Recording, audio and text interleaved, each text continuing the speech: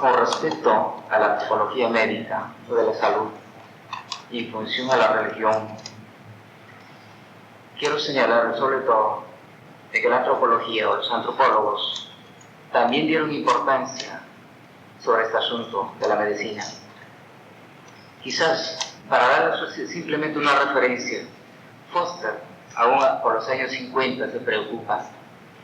Él, como antropólogo, va a pertenecer a la institución smithsoniana, desde donde realiza un conjunto de estudios. Como antropólogo participa en el Departamento de Salud Pública Internacional de Estados Unidos. Desde ahí participa en un conjunto de trabajos. Como parte de ello, va a realizar viajes a Pakistán, Afganistán, Filipinas y centralmente a México, donde va a centralizar su preocupación referente a la medicina tradicional.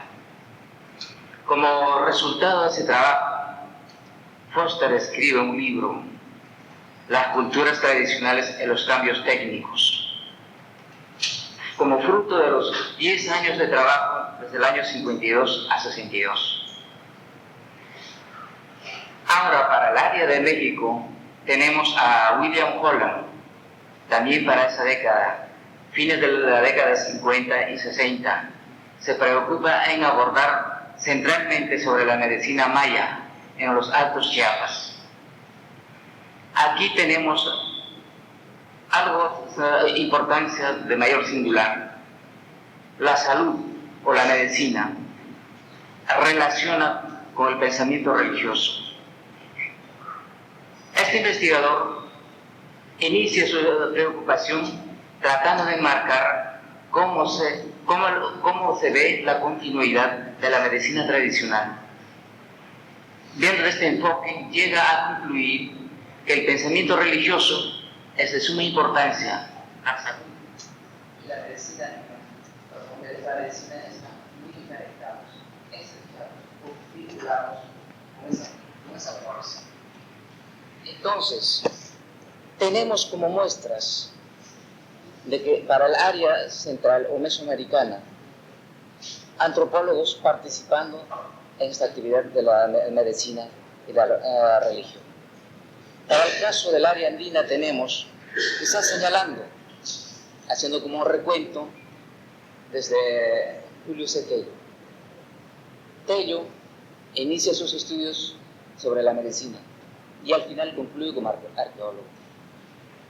Sus estudios vienen a ser sobre las enfermedades de los camélidos. Luego, él va a ser partícipe del desarrollo de la arqueología aquí en nuestra casa de estudios.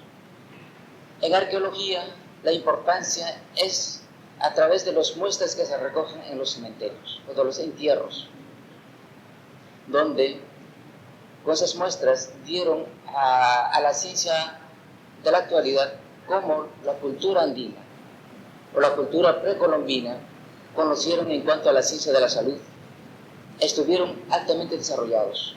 Como muestra tenemos la trepanación craneana, donde los especialistas, que es comparable con la actualidad, incluso que en la actualidad aún no tienen esa aseguranza de realizar esas muestras de trabajo en cuanto a la salud.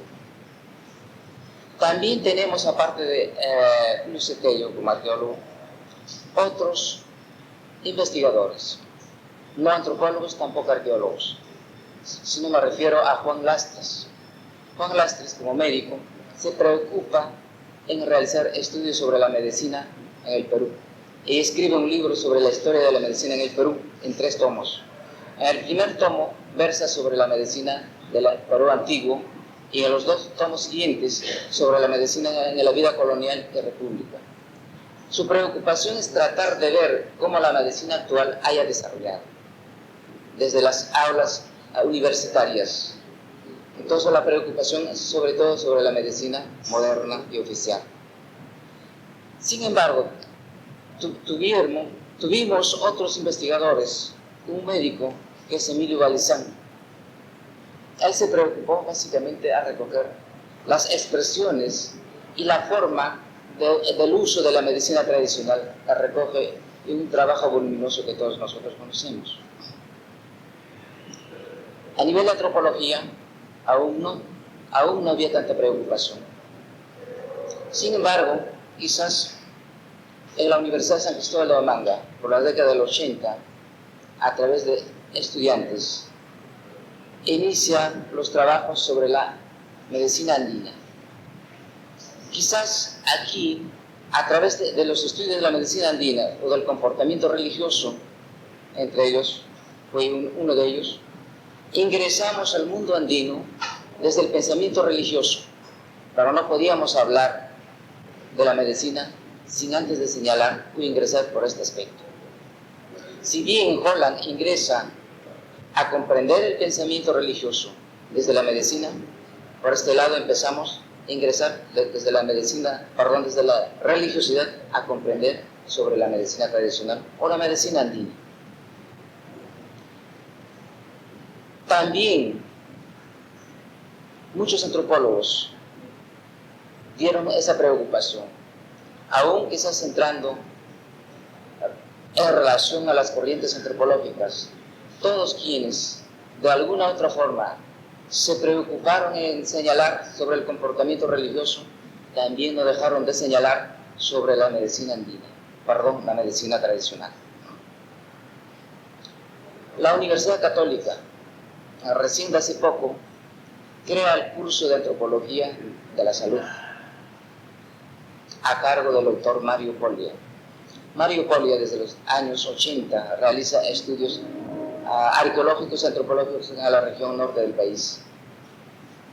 En antropología se preocupa de recoger materiales sobre la medicina tradicional y como fruto de esa preocupación de hacer la publicación de su trabajo sobre las lagunas de los encantos, donde muy magistralmente realiza o une la medicina y la religiosidad. Entonces, estas muestras indican que es importante de que también nuestra casa de estudios tenga esa necesidad, el interés de implementar un curso sobre la antropología de la salud o antropología médica, porque creemos que es importante, como a la antropología económica, antropología social o de organización, etc., y otras áreas se preocupan. También creemos importante o de gran importancia que en este aspecto debemos centrar nuestra atención. ¿Por qué? Porque el hombre andino integra vigorosamente la salud corporal con la salud espiritual. Entonces, estos dos aspectos van estrechamente integradas.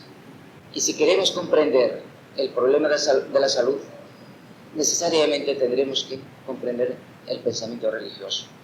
Quizás con esa preocupación, Holland va a señalar un aspecto muy importante, señalando sobre todo cuál es la relación de los médicos modernos o de la medicina moderna con la medicina tradicional.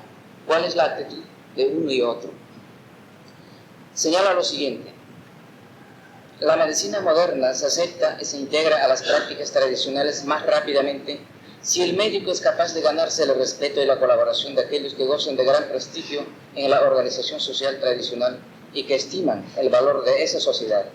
Si los objetivos del Instituto Nacional Indigenista han de realizarse, el médico moderno ha de complementar al curandero tradicional más que tratar de excluirlo, y la comunicación intercultural deberá ser lo máximo. Los pocos casos de medicina de transición que fueron cuidadosamente observados en el curso de este estudio sugieren que cuando las formas modernas y las tradicionales de curación se funden, ambos sistemas se complementan mutuamente y forman un sistema más o menos bien integrado de medicina psicosomática. Entonces, esta experiencia hace pensar para que también los médicos modernos, cuando ingresan a recoger las muestras de la medicina tradicional, también tengan que preocuparse de los actores, de los curanderos o los chamanes. Quizás en ocasiones anteriores,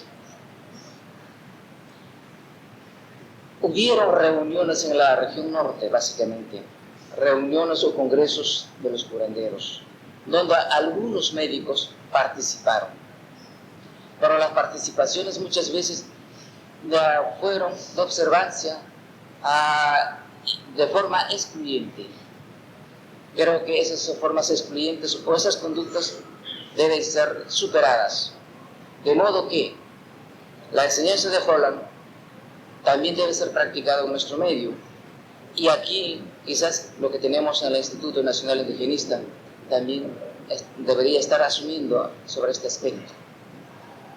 Entonces, tanto la universidad como las ciencias médicas deben incorporar el conocimiento de la medicina andina, respetándolo, tratándolo adecuadamente para que la sociedad andina vigente y vivo están practicando continuamente o diariamente. Entonces, si queremos reivindicar a la sociedad andina, a la población andina, también tenemos que reivindicar sus conocimientos como son la medicina andina. Gracias.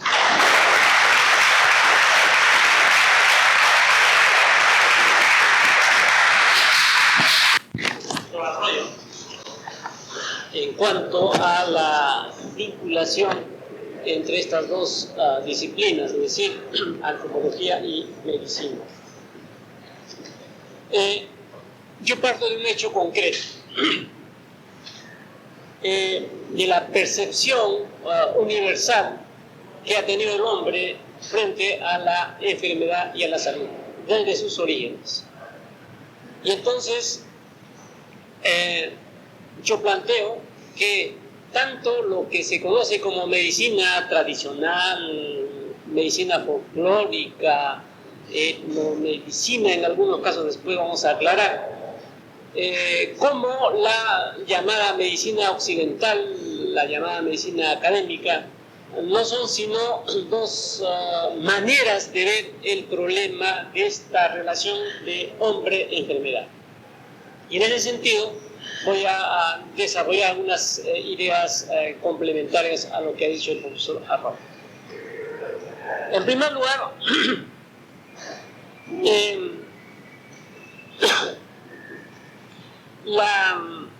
lo que se conoce como medicina tradicional, lo que se conoce en algunos círculos como medicina folclórica, ha sido tratado por los médicos, ha sido estudiado por la medicina occidental como un capítulo más de la historia de la medicina.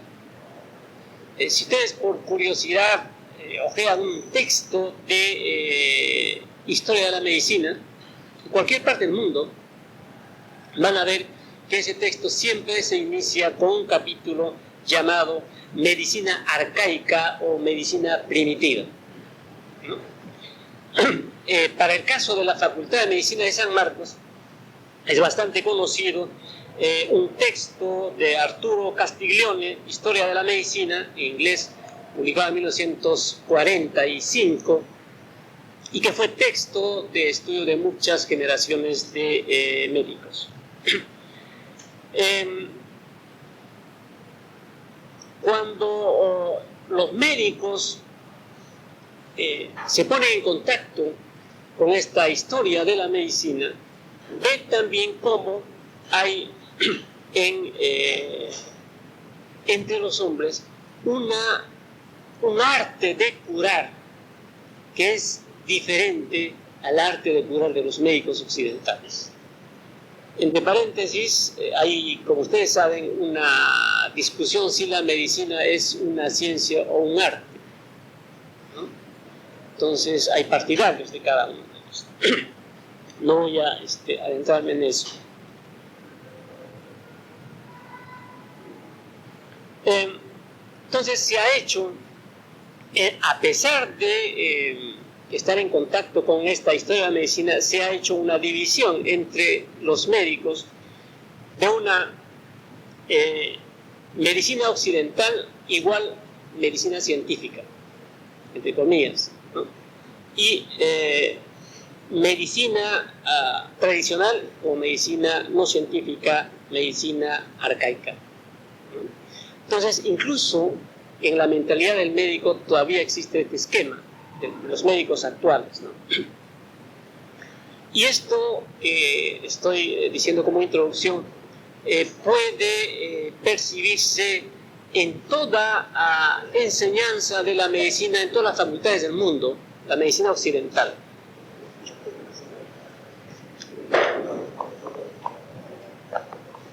¿Alcanza? Luego de la medicina en cualquier parte del mundo. Donde da un poco de Torres. A partir de los años 50, es decir, la posguerra.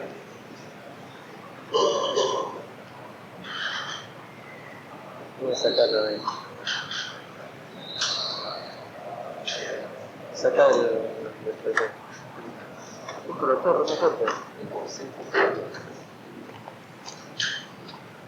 Países que va a ser la relación central de la medicina los países subdesarrollados. De otro lado, los años de la posguerra,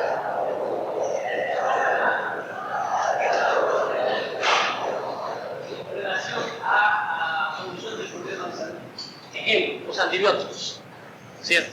Entonces, la pregunta es, ¿por qué habiendo recursos no llevar a estos pueblos pobres que están sufriendo serios problemas de salud y solucionar con estos adelantos estos problemas que están enfrentando? Y entonces, a nivel de ciencias sociales, va a surgir las llamadas ciencias sociales aplicadas, y en el caso concreto de antropología va a ser la antropología aplicada. Y concretamente en lo que concierne a medicina va a surgir la antropología aplicada a la salud. Y un texto clásico al respecto es justamente este artículo, Antropología aplicada en medicina, publicado en este otro clásico, Anthropology Today, editado por Alfred Kroeber, ¿no? Ahí empieza para los antropólogos, ¿no es cierto?, la preocupación más puntual entre antropología y medicina. No solamente para el estudio de los sistemas médicos de sociedades arcaicas, entre comillas, sino sobre todo cómo aprovechar los conocimientos de un sistema médico diferente al occidental y llevar los llamados progresos de la sociedad occidental en este campo. Fue así que se inicia todo un boom de trabajo antropológico en este rubro de salud. Es el año en que aparece otro texto, los años en que aparece un texto clásico también para los antropólogos, sobre todo para los antropólogos de vertiente culturalista, el texto de Paul Benjamin, lo pronuncio así, Salud, Cultura y Comunidad. Es otro texto clásico para todos aquellos funcionarios internacionales, asesores internacionales de la Organización Mundial de la Salud, que recorren los 5 continentes para, como expertos, enseñar qué se debe hacer y cómo debe solucionarse los problemas de salud de estas poblaciones subdesarrolladas. Brevemente, hay 2 ideas que a través de todos esos textos que salen artículos innumerables, hay 2 ideas que se expresan. Primero, hay que estudiar, y en esto se convoca a los antropólogos, a los sociólogos, etc., También hay por estos años una sociología de la medicina, pero que tiene otros objetos y métodos. La primera idea en todos estos textos de los años 50 es que los antropólogos deben hacer estudios sobre actitudes y creencias de las diferentes sociedades frente a la enfermedad.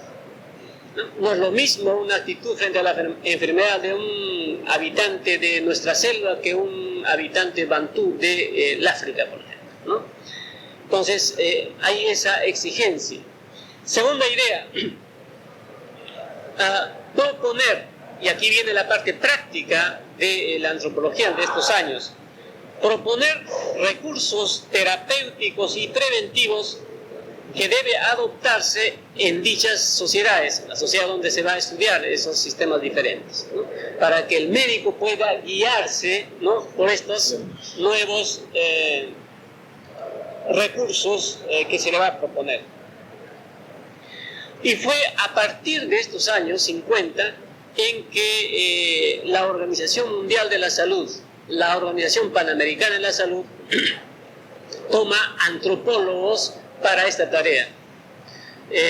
Recuerdo en el caso de San Marcos fue, creo, Alberto Chen, un consultor de la Organización Panamericana de la Salud en el Brasil, por ejemplo, cercano, ¿no? Y hay otros que en el caso peruano entra por este campo. El caso mexicano es mucho más variado y abundante, como lo ha subrayado el profesor Arroyo, ¿no? El caso concreto de Aníbal Buitrón. El mismo Foster es consultor de la OMS, ¿no es cierto? Y a partir de esa convocatoria es que publica el libro que nos ha mostrado hace un momento. ¿Qué pasa en el caso peruano concreto? En el Perú ha habido un interés sobre la medicina incaica, ya, concretándonos a una cosa muy específica.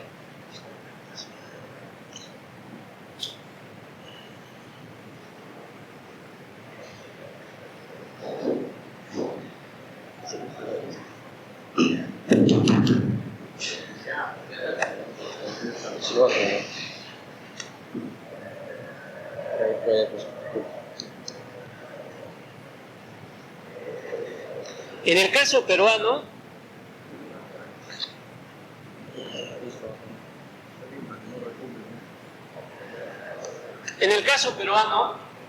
se reproduce aquello que en las otras facultades del mundo se practicaba, es decir, hay un interés por nuestra medicina arcaica. ¿Y cuál es nuestra medicina arcaica en el caso peruano? La medicina incaica, ¿sí?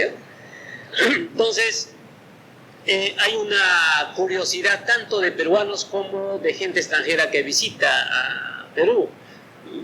Nombro muy rápidamente sobre este fenómeno de las trepanaciones, por ejemplo. Fue algo singular que llama la atención, ¿no es cierto? Y llama todavía la atención. Hay, por ejemplo, en 1882, en el boletín de la Sociedad de Americanistas, hay un artículo sobre investigación experimental sobre las trepanaciones prehispánicas, en donde se hace un recuento de los cráneos donde se habían hecho estas trepanaciones. Una curiosidad, probablemente en uno de los artículos de Alma Mater, que es la revista de San Marcos, esta es una publicidad, va a salir un artículo de un médico que se ha atrevido a hacer trepanaciones craneanas hoy en día usando el método prehispánico, usando conchas, ¿cierto?, que ha encontrado y con el cual se ha servido para hacer las trepanaciones, para que ustedes vean cuál importante es este método quirúrgico. Sigo. Sobre medios curativos de la medicina incaica.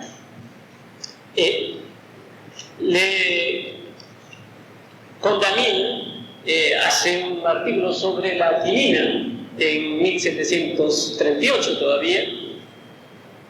En 1942, Fortunato Herrera hace un estudio sobre etnobotánica, sobre plantas endémicas de los antiguos peruanos. Julio Cetello, su famoso artículo de 1909 sobre la antigüedad del sífilis. Y luego, a partir de los años 30, empiezan a salir textos sobre ya la medicina incaica. No sé si ustedes conocen ese texto de 1939 de Raúl Darcú, el mismo que publicó sobre medicina incaica. Tiene un texto sobre la medicina en el antiguo Perú. Y el texto clásico para los médicos de nuestra facultad es el de Herminio Valdizán y Ángel Maldonado, publicado en 1922, La medicina popular peruana, contribuciones al folclore médico del Perú. Con este texto, los médicos empiezan a interesarse por esa medicina que no es la medicina occidental. Los médicos de la facultad de San Fernando empiezan a interesarse por esa medicina practicada por los indios actuales, no en el tiempo de los incas, sino actuales. Y empieza a formarse todo un grupo de médicos en torno a maestros como Juan Lastres, cuyo texto Historia de la Medicina, publicado en 1955 como parte del cuarto centenario de San Marcos, es un clásico. Pero en los años 50, haciendo un paralelo como a nivel mundial habríamos hecho así muy ligeramente, hay una gran influencia norteamericana en la enseñanza antropológica, como ustedes saben, ¿no? Entonces, eso que habíamos visto como un boom a nivel mundial de la antropología aplicada a la medicina, se reproduce también en el Perú.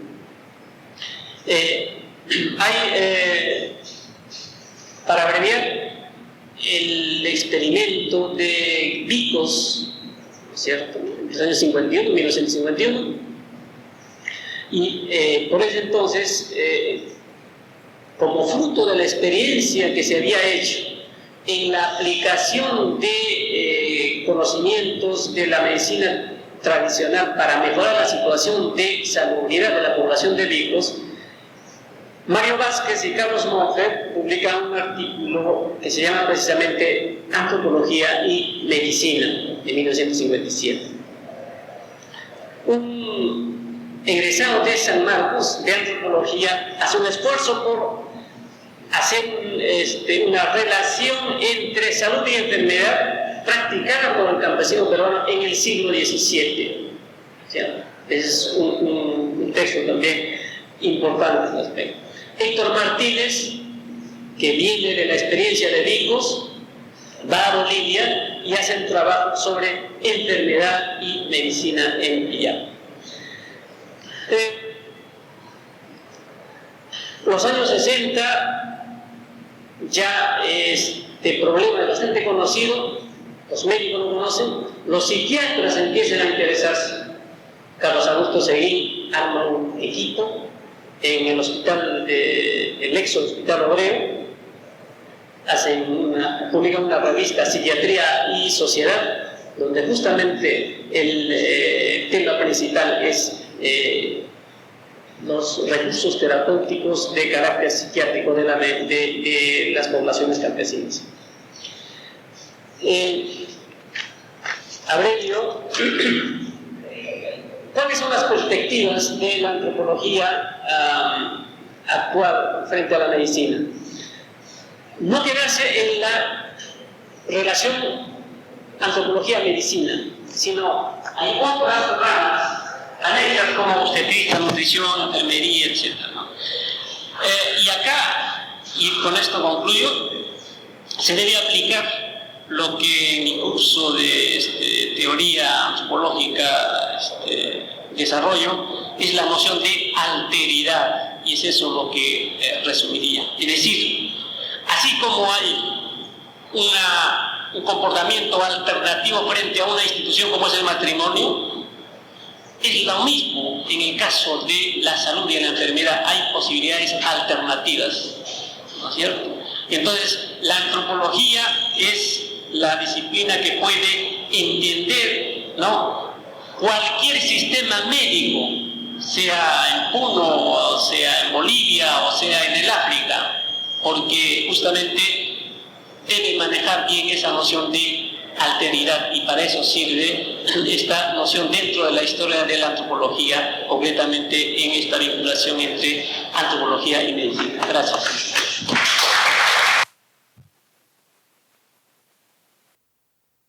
De las comunidades nativas de la selva y su situación actual frente al modelo económico que se está aplicando a nivel nacional. Desde luego, las comunidades nativas no pueden competir con las empresas grandes, pero creo que dentro de la economía regional pueden participar y lograr un espacio favorable para ellos. Pero hay que tener en cuenta ciertos elementos en este proceso. En primer lugar, la mayoría de las comunidades nativas de la selva pueden producir más de lo que están produciendo actualmente, pero no lo hacen por el problema del comercio, que en la mayoría de los casos los mercados están muy lejos del lugar de la producción, y también por el calor y la humedad, los productos agrícolas se malogran muy rápidamente. Entonces lo que les hace falta es tal vez algún tipo de pequeña industria para dar un valor agregado al producto y también mejorar los medios de transporte. Otro elemento importante es la unidad social, y en esto es importante los estudios que hacen los antropólogos para identificar los grupos básicos en la producción dentro de las comunidades nativas, porque durante los años 70, durante el gobierno militar y con el trabajo de Sinamos, se ha ido utilizando un modelo de comunidad nativa que no está de acuerdo con la realidad. Se agruparon familias, clanes familiares, divididos en un lugar determinado y les dieron el nombre de comunidad nativa, y tenían que formar su junta directiva con presidente, vicepresidente y tesorero. Pero en realidad la unidad más importante es el clan familiar, que realiza las actividades duraderas de la producción agropecuaria. Hay muchos casos de proyectos que se han propuesto a nivel de comunidad nativa que han fracasado, porque se ha tratado de realizar precisamente a nivel de todas las familias de la comunidad, sin analizar la organización interna del asentamiento. Entonces, cada grupo familiar tiene su propio cronograma, su propio plan de actividades, y difícilmente se pueden sostener una actividad más allá de unos pocos días. O sea, sí, a nivel de la comunidad pueden realizar actividades como muy puntuales, como techar la escuela o hacer limpieza de los caminos, pero una actividad sostenida es muy difícil que que se pongan de acuerdo toda la comunidad. Se puede hacer tal vez una huerta demostrativa, o sea, un agrónomo, para que las familias llevan la experiencia a sus propios chacras, pero difícilmente se puede sostener una actividad a nivel de toda la comunidad. Otro elemento importante es el manejo de dinero en las organizaciones o unidades productivas de las comunidades nativas. Se han encontrado muchos problemas de manejo de dinero, han recibido préstamos, donaciones de entidades estatales, privadas, y han tenido una serie de problemas. Y hasta en fondos mismos que ellos han generado han tenido problemas en manejarlos. Que, por ejemplo, una familia había sembrado una chacra de arroz y con el producto pusieron una pequeña tienda, un bazar en una comunidad, y después de poco tiempo, o sea, la gente iba pidiendo a crédito los productos, y cuando exigían el pago decían, bueno, como eran todos familiares, sabían la situación de las otras familias y decían, mientras los otros no devuelven el dinero, nosotros tampoco vamos a hacerlo. Entonces poco a poco se vació la tienda.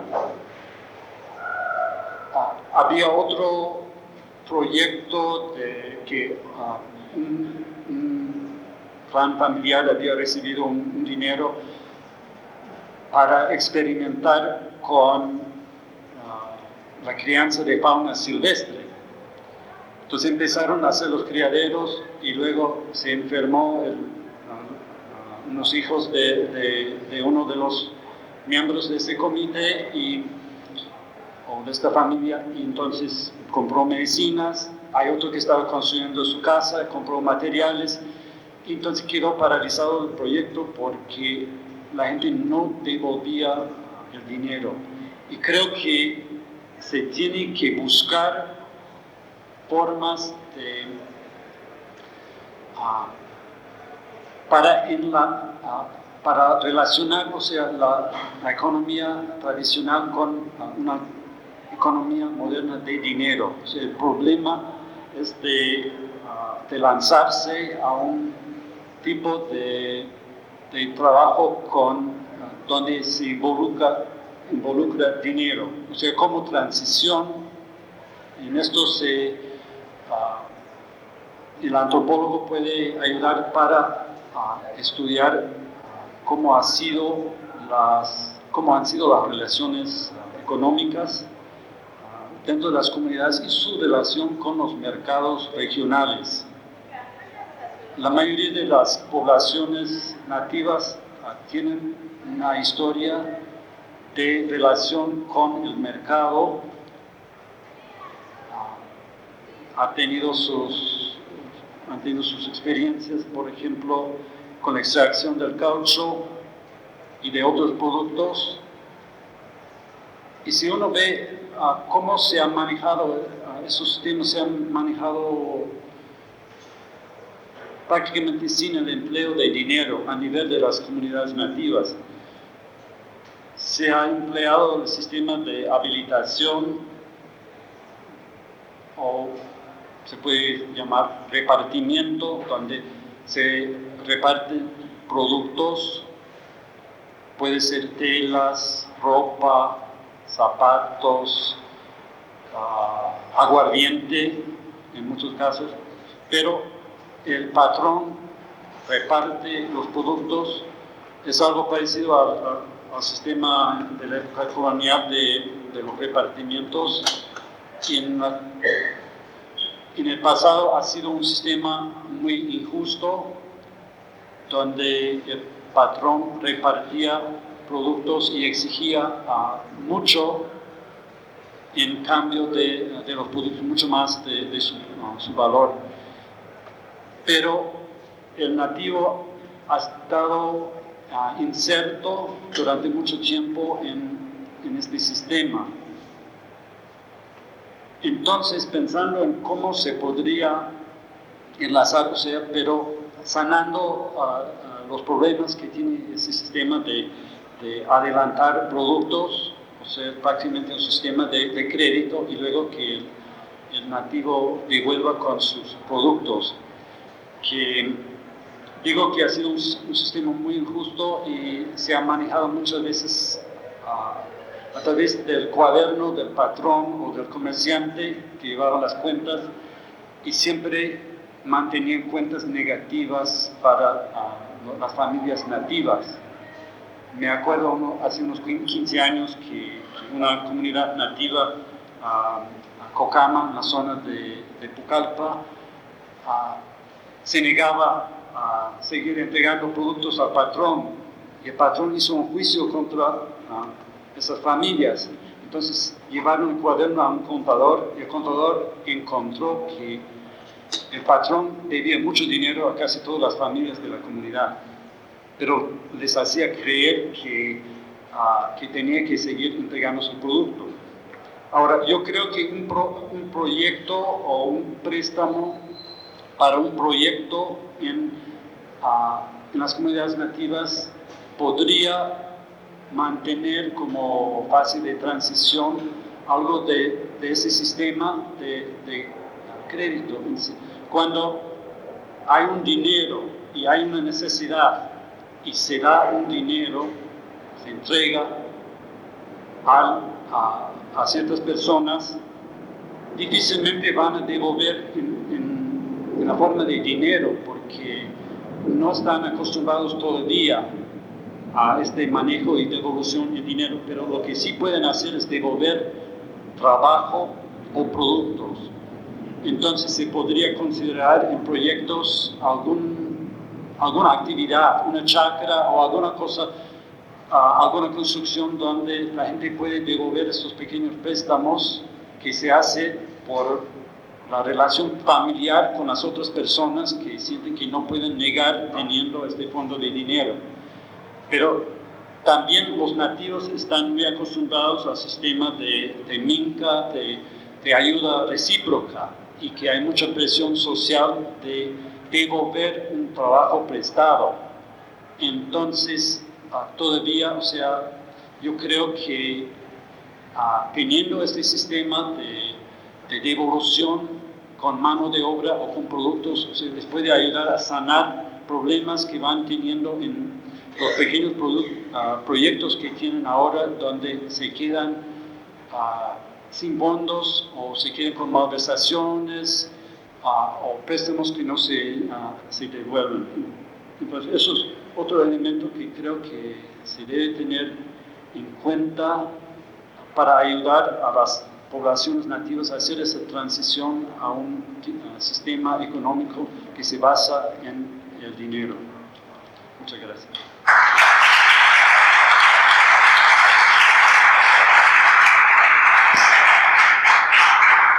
Agradecemos la intervención del profesor Jaime Herrera. La doctora Clara Boyo va a desarrollar el tema antropología y ecología. Rogaríamos pasar adelante.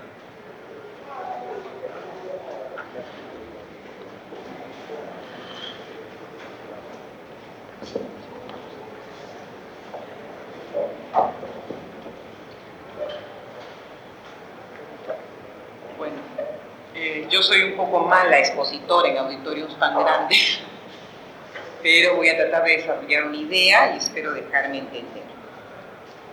Quiero comenzar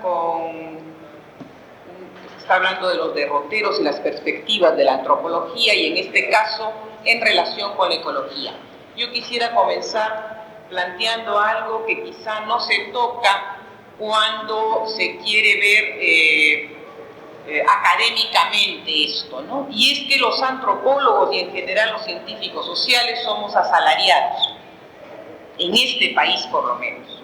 Entonces, todo lo que a veces se conversa y se discute sobre los derroteros, las perspectivas de la antropología y sus diferentes temáticas, siempre están muy constreñidos, muy sujetos a este asalariamiento que las condiciones sociales, económicas, políticas, lo que se quiera de este país han impuesto ahora. Este asalariamiento nos quita autonomía y nos hace dependientes para escoger nuestros temas de trabajo, para desarrollarnos. Se obvian nuestras recomendaciones. Generalmente dependemos de jefes, patrones, financiamientos, que no les interesa lo que a nosotros nos podría interesar, por lo menos mientras estamos jóvenes. Después un poco como que se va abandonando eso, ¿no? Y por tanto, para poder sobrevivir, tenemos que ir haciendo trabajos de bomberos, de aportadores de datos, en fin, una serie de trabajos que no son tan gratificantes cuando nos ponemos a analizar lo que hacemos. Son pocos los antropólogos y los científicos sociales peruanos que pueden tener muchas gratificaciones, no en el sentido pecuniario, sino en el sentido real de realización profesional en las condiciones con las cuales trabajamos ahora. Esto ha producido, además de otras consecuencias, un sesgo en la profesión, y hemos buscado espacios en los cuales autogratificarnos, ¿no? Y estos espacios son sobrepesar, a mi juicio, estoy hablando muy rápidamente por los 15 minutos, a mi juicio, todo lo que tiene que ver con ideas, ideología, opiniones, aspiraciones, con aquello no material. Es más fácil, ¿no?, autofelicitarnos, leernos, escucharnos, cuando se discute algo tan volátil, tan poco aprehensible como que es el mundo de las ideologías, las ideas, las tendencias, las escuelas, en fin, este tipo de cosas. En este país donde las condiciones materiales de existencia queman generalmente, poco a poco como que nos apartamos, las tomamos como un preámbulo y después nos apartamos y nos vamos por la parte de las ideas. Entonces hay todo un sesgo de ideologización de la profesión que nos aleja de la realidad y por consiguiente nos aleja de la gente a quien supuestamente debemos servir. No, nosotros somos trabajadores sociales, a mi juicio, más que trabajadores intelectuales, ¿no?, que es como que sobrepesar una parte de las funciones humanas, ¿no? Por tanto, esto nos va alejando de la gente no nos ve muy útiles. No nos demanda la gente en general, nos demandan los patrones, los jefes de las instituciones, ¿no? Nos demandan temas, nos demandan trabajos. Pero la gente en general, la mayoría de nuestro país, arman su vida y construyen los procesos sociales muy al margen de lo que discutimos muchas veces entre antropólogos o científicos sociales. Esto parte quizá, este sesgo a la ideologización, este alejamiento de alguna manera de la realidad, al margen de lo que sea sacar algunos datos que sirvan de base a algunos estudios, de la realidad concreta, tangible,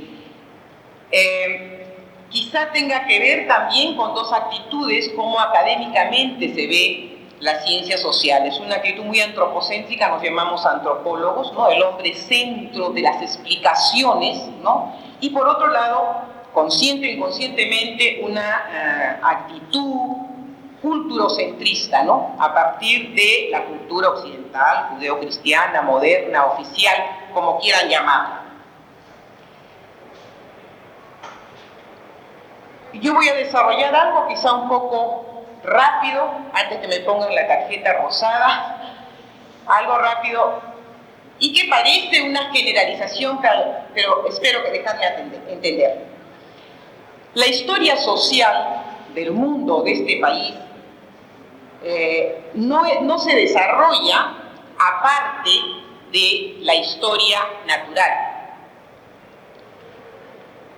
No es una impostación a la historia natural, es uno de sus múltiples desemboques. O sea, no hay una partición tajante entre la historia natural y la historia social. Nosotros nos sesgamos siempre a verla como una cosa impostada encima de la historia natural, ¿no? La historia del hombre y sus obras no está aislada de la historia de la Tierra. El hombre es una de las especies biológicas que se interrelacionan al interior de la Tierra.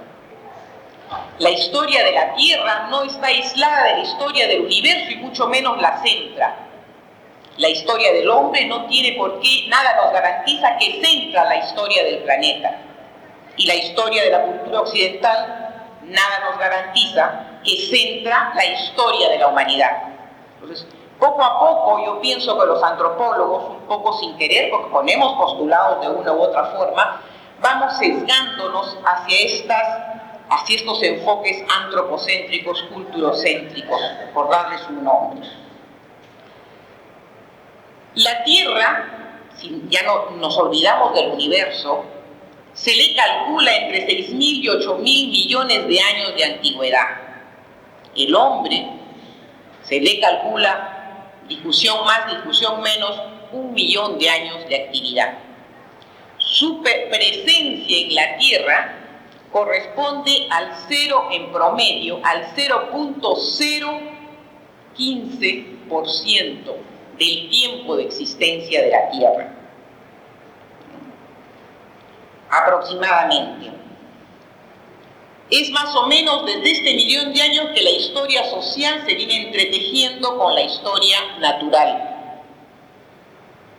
Pero es solamente desde hace unos 30.000 años como inicio y de 10.000 a 5.000 años como práctica sistemática que el hombre empieza a interferir con cierta significación en la naturaleza.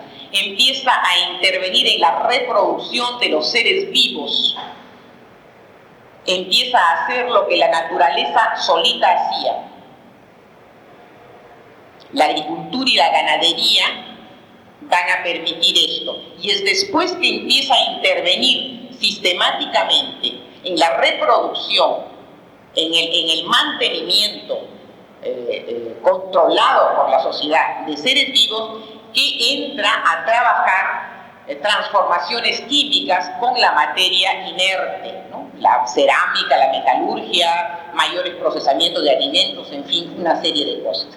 Todo esto va a dar inicio al sedentarismo, a una división del trabajo, a la aparición de los oficios, la propiedad, el excedente, las clases, el estado, el comercio, en fin, todo lo que todo el mundo sabe.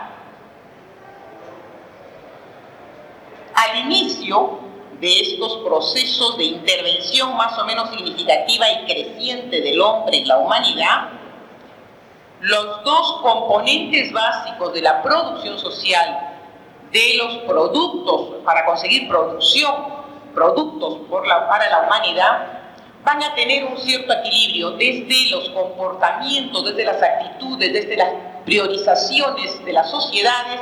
Tanto la fuerza de trabajo como los medios de producción van a ser tomados más o menos equilibradamente. Es a partir de la difusión, la sistematización de la agricultura y la ganadería y todos los fenómenos consecuentes que vamos a encontrar un creciente despunte de atención, de priorización a lo que son los medios artificiales de producción. Se va a empezar a despuntar todo una mayor cuidado, mayor priorización, una privilegiación a lo que es herramientas, máquinas, antes que a lo que es fuerza de trabajo, que en última instancia es gente, y que en última instancia es parte de este medio natural y se integra también, además de a una historia social, a una historia natural. Yo creo que esto está muy alto, no puedo medir lo que tengo ahí, ¿lo hago? Ya. Este sesgo de privilegiar los medios de producción va a darse al interior de las culturas que en la historia de la humanidad van a tener aspiración dominante y van a llegar a dominar. Y es solamente este sesgo va a tomar nitidez hace unos 300, 200 años con lo que se llama la revolución industrial. Entonces, se va a privilegiar nítidamente, claramente, todo lo que es máquina, todo lo que es herramienta, todo lo que es instrumento, frente a la fuerza de trabajo, que es el otro componente para una producción social. La técnica pudiera parecer que empieza a pautar la ciencia, ¿no? a señalarle los caminos. La técnica es tan arrolladora, la técnica como aplicación de la ciencia en un comienzo, el maquinismo, la instrumentalización de objetos artificiales, es tan arrolladora que empieza a pautar, a señalarle los derroteros a la ciencia, y de esto no se escapa las ciencias sociales y la antropología, ¿no? Entonces, toda la sociedad empieza a cuidar, a privilegiar, a priorizar mucho más lo que es medios de producción. Las otras alternativas culturales que se fueron dando en el mundo quedaron medio botadas, medio ignoradas, desarrollándose en resistencia. Aquellas que quizá, como en el caso de la cultura andina, privilegiaron mucho más la fuerza de trabajo frente a los medios de producción. Para diferentes objetivos, para diferentes fines, pero en conclusión, priorizaron en sus opciones lo que es fuerza de trabajo frente a lo que es instrumentos o herramientas. Junto con lo que posteriormente a la época de la revolución industrial, las ciudades se van a convertir en el centro de aglomeración y de decisiones. Entonces, esta succión de las ciudades respecto a la gente que poblaba más o menos mejor repartida, por decir de alguna manera, más o menos más descentralizada en el mundo, va a también originar un alejamiento de la gente frente a la naturaleza, un alejamiento práctico. Y no solamente va a perder las sociedades en su mayor cantidad de población aglomeradas en ciudades el contacto directo con la naturaleza, el conocimiento de la naturaleza, sino también la sensibilidad y la permeabilidad para comprenderla en forma integral.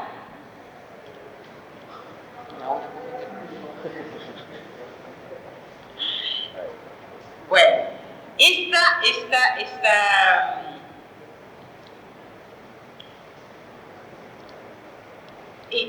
etapa es que podríamos, para saltarme un pedazo de razonamiento, pero podríamos ver que hay una serie de culturas en las cuales las relaciones con la naturaleza han sido tomadas de otra manera y que han quedado como anticuadas, arcaicas, o qué sé yo, ¿no? Entonces, tenemos en el caso del Perú, cuando nosotros queremos buscar dónde están nuestras fuerzas, creo que John y varios de los colegas más ya se han referido a eso de alguna manera, cuando queremos buscar dónde están nuestras fuerzas, ¿no? ¿Qué es lo que tenemos en Perú? Tenemos no una conciencia ecológica de después de la guerra, como la mayoría de organizaciones de ecologistas actuales, sino tenemos una conciencia ecológica de 19.000, 20.000 años, ¿no? Que viene siendo desarrollada, innovada, y que corresponde a relaciones diferentes con la naturaleza, que corresponde a una búsqueda, a una opción constante por la diversidad, no solamente natural, sino también cultural, a un alentar la diferenciación y la complementariedad de esa diferenciación. Entonces, a una búsqueda de desarrollar a partir del encuentro de diferencias. O sea, no es tanto el mismo elemento, el mismo artefacto construido, la misma estrategia o el mismo producto agrícola lo que va a distinguir, sino ir adecuándose a los ritmos de la propia naturaleza, ir reconociendo a la naturaleza como fuente de bienestar y no como algo hostil que hay que vencer, dominar, controlar y explotar en función al hombre, ¿no? Dentro de la cultura andina, el hombre forma parte de este equilibrio natural, armándose cada vez en lo que es la historia natural. Y creo que para el caso de la antropología tendríamos que retomar mucho más directamente, mucho más fuera de las aulas y de los libros, de lo que viene siendo escrito, que hay cosas muy valiosas, dos fuentes de conocimiento y de práctica, no solo de investigación, sino de un acompañamiento a las poblaciones que aún practican estas culturas, tanto la andina como la amazona, que es una naturaleza riquísima en biodiversidad, proclive a cualquier tipo, a múltiples tipos de ensayos de relación sociedad-naturaleza y unas organizaciones sociales que ahora pueden llamarse comunidades campesinas o comunidades nativas, y eso no tiene mucho que ver, cambiantes, que son depositarias de un acumulado cultural que acoge la diferencia sin jerarquizar muchas veces, y que creo que privilegia la fuerza de trabajo frente a los medios de producción. La historia del Perú autónomo nos demuestra que la máquina, el instrumento, no fue tan necesario para conseguir los logros que se tuvieron durante el periodo autónomo. Entonces yo creo que por ahí hay una pista que se podría seguir, como la adecuación de la naturaleza sin tanta transformación, y cómo el privilegiar la calidad de la fuerza de trabajo, su salud, su calidad, su aprendizaje, en fin, todo este tipo de cosas va a permitir quizá un bienestar algo más extensivo. Creo que esta podría ser nos podría dar una relación entre la antropología y la ecología nos permite una perspectiva mucho más integral y en movimiento respecto a lo que nos rodea. Para terminar, antes de empalmar con la exposición de de Juan José García, que va a ser sobre folclore a tipo de puente, yo había traído un texto de José María Arguedas que es casi un reclamo, una exigencia, pero también una invitación al modo andino de remirar las cosas que tenemos, ¿no? Disculpen, he tenido que saltear algo de la lógica, pero muchas gracias.